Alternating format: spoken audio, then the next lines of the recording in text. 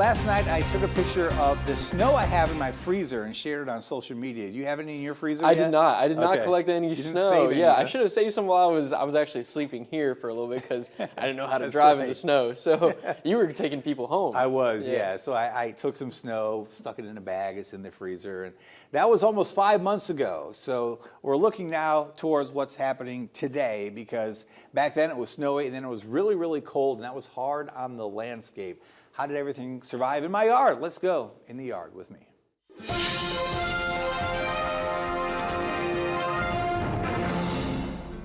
In the yard this week, I figured it's a good time to take a look at the landscape.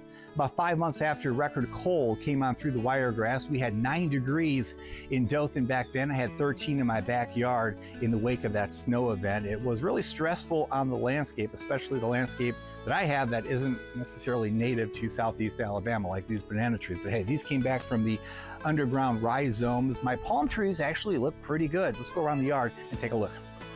First up, the Washingtonia robusta. This is a huge fan palm, and it did it really well. Of course, the palm fronds were completely brown in the wake of that freeze, but it came back this spring and it's growing like crazy at this point.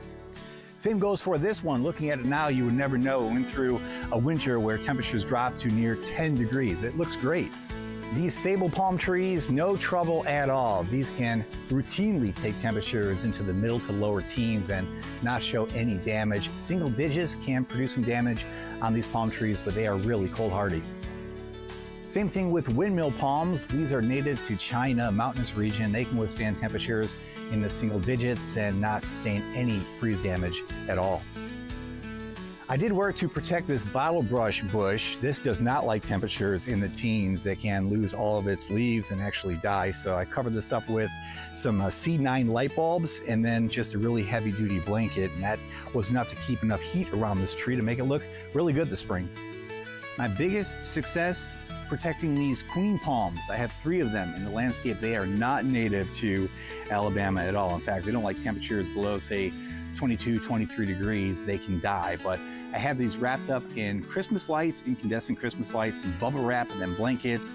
And even though the fronds were too big to protect, it came back from the crown, and these queen palms are looking good. Olive tree here, unprotected. It looks good. No fruit this year, but it is growing very, very well. My citrus trees look pretty good overall. These satsumas I protected with just a shade cloth to keep in a little heat. They look good. They did not die. They did not produce any fruit this year, but they're leafed out really, really well. Meanwhile, these other trees like this grapefruit actually have a ton of fruit on them, and they look good. This I protected with incandescent Christmas lights and then several blankets to keep the heat in. So it goes to show that if you take some precautions, do some effort to protect your tender plants, that they can make it through even the coldest of winters that we see in the Wiregrass. I'll see you next time in the yard.